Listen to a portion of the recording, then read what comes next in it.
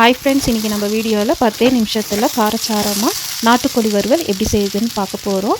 அதுக்கு முன்னாடி நம்ம சேனலை சப்ஸ்கிரைப் பண்ணாதவங்க சப்ஸ்கிரைப் பண்ணிக்கோங்க.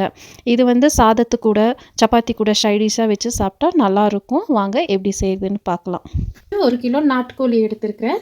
அதை வந்து இப்போ நல்லா வாஷ் பண்ணி மஞ்சத்தூள் போட்டு நல்லா வாஷ் பண்ணி எடுத்துருக்கேன். இதை வந்து குக்கரில் போட்டு வேக வச்சு எடுத்துக்கலாம். இது வந்து ஒரு குக்கரில் சேர்த்துக்கலாம். அதுக்கப்புறம் 1/4 டீஸ்பூன் மஞ்சத்தூள், 1 டீஸ்பூன் மிளகாத்தூள், தேவையான அளவு உப்பு. இதை வந்து நல்லா மிக்ஸ் பண்ணிக்கலாம்.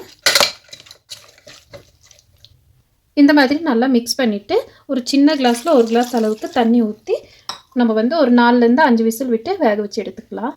இது நாட்டுக்கோழின்றதுனால சீக்கிரம் வந்து வேகாது, அதனால நம்ம வந்து குக்கரில் போட்டு வேக வச்சு எடுத்துக்கலாம். அடுத்து ஒரு மசாலா ரெடி பண்ணிக்கலாம். 2 டீஸ்பூன் அளவுக்கு ஜீரகம், 1/2 டீஸ்பூன் சோம்பு, 2 டீஸ்பூன் அளவுக்கு குருமிளகு, 4 வரமிளகா, கடல் பாசி, பட்டை, கிராம்பு, ஏலக்காய், பே லீஃப் இதெல்லாம் போட்டு நல்லா பொன்னிறமாக வறுத்துட்டு அதை நல்லா ஆற விட்டு மிக்ஸி ஜாரில் போட்டு நல்லா பவுடராக அரைச்சி எடுத்துக்கலாம். அடுத்து ஒரு கடாயில் கொஞ்சமாக ஆயில் ஊற்றிக்கலாம். ஆயில் நல்லா ஹீட் ஆனதுக்கப்புறம் 1 டீஸ்பூன் அளவுக்கு ஜீரகம் நல்லா பொரிஞ்சு வரும்போது சின்ன வெங்காயம் நீட்டமாக கட் பண்ணி வச்சுட்டு அதை இருக்கிற சேர்த்துக்கலாம். சின்ன வெங்காயம் சேர்த்துனா தான் நம்மளுக்கு சிக்கன் வந்து நல்லா டேஸ்ட்டாக வரும். இதை வந்து நல்லா கோல்டன் கலரில் ஃப்ரை ஆகிறதுக்குள்ள நல்லா ஃப்ரை பண்ணி எடுத்துக்கலாம். வெங்காயம் வணங்கும் போதே கொஞ்சமாக உப்பு சேர்த்துக்கலாம். உப்பு பார்த்து சேர்த்துக்கோங்க. நம்ம ஆல்ரெடி சிக்கனில் வந்து உப்பு சேர்த்திருக்கோம், அதனால் கொஞ்சமாக போட்டுக்கோங்க. நம்ம சிக்கன் சேர்த்துனதுக்கப்புறம் தேவைப்பட்டால் நம்ம உப்பு சேர்த்துக்கலாம். வெங்காயம் இந்த அளவுக்கு வணங்கினதுக்கப்புறம் 1 டீஸ்பூன் இஞ்சி பூண்டு பேஸ்ட்டு. இஞ்சி பூண்டு சேர்த்துனதுக்கப்புறம் இஞ்சி பூண்டு பேஸ்ட்டு நல்லா பச்சை வாசம் போகிற அளவுக்கு நல்லா வதக்கிக்கலாம். இஞ்சி பூண்டு பேஸ்ட்டு நல்லா பச்சை வாசம் போகணும். இஞ்சி பூண்டு பேஸ்ட்டு நல்லா பச்சை வாசம் போயிடுச்சு.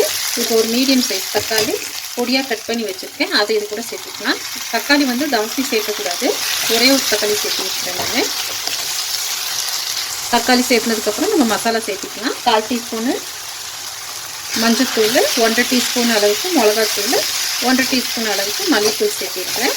இதை வந்து நல்லா பச்சை வாசம் போகிற அளவுக்கு நல்லா வதக்கிக்கலாம்.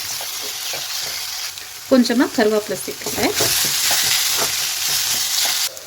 மசாலா நல்லா இந்த அளவுக்கு நல்லா ஃப்ரை ஆகிடணும். இந்த அளவுக்கு நல்லா ஃப்ரை ஆனதுக்கப்புறம் நம்ம வேக வச்சு சிக்கனை இது கூட சேர்த்துக்கலாம். சிக்கனை வந்து இது கூட சேர்த்துக்கலாம்.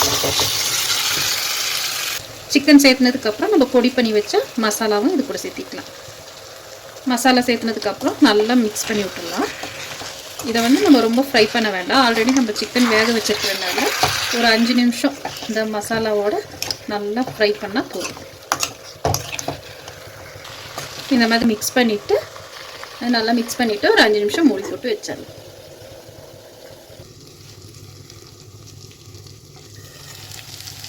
அஞ்சு நிமிஷம் கழித்து நல்லா ஓப்பன் பண்ணி பார்த்தீங்கன்னா இந்த பாருங்கள் எப்படி எண்ணெய் பிரிஞ்சு வருது. இப்போ நம்மளோட நிமிஷத்தில் நம்மளது சிக்கன் வந்து ரெடி ஆகிடுச்சு. நல்லா மசாலாவோட சிக்கன் வந்து நல்லா மிக்ஸ் ஆகி ரெடி ஆகிடுச்சு. இப்போ கொஞ்சமாக கொத்தமல்லி கட் பண்ணி போட்டுக்கலாம். அவ்வளோதான், நம்மளோட நாட்டுக்கோழி வறுவல் ரெடி ஆகிடுச்சு. இது சூடான சாதத்து கூட வச்சு பரட்டி சாப்பிடும்போது டேஸ்ட் வேறு லெவலில் இருக்கும். இதே மெத்தடில் நீங்கள் வீட்டில் ட்ரை பண்ணி பாருங்கள். இந்த வீடியோ உங்களுக்கு யூஸ்ஃபுல்லாக இருக்கும்னு நினைக்கிறேன். வீடியோ உங்களுக்கு பிடிச்சிருந்தால் லைக் பண்ணுங்கள், ஃபேமிலி ஃப்ரெண்ட்ஸோடு ஷேர் பண்ணுங்கள், மறக்காமல் சப்ஸ்கிரைப் பண்ணுங்கள்.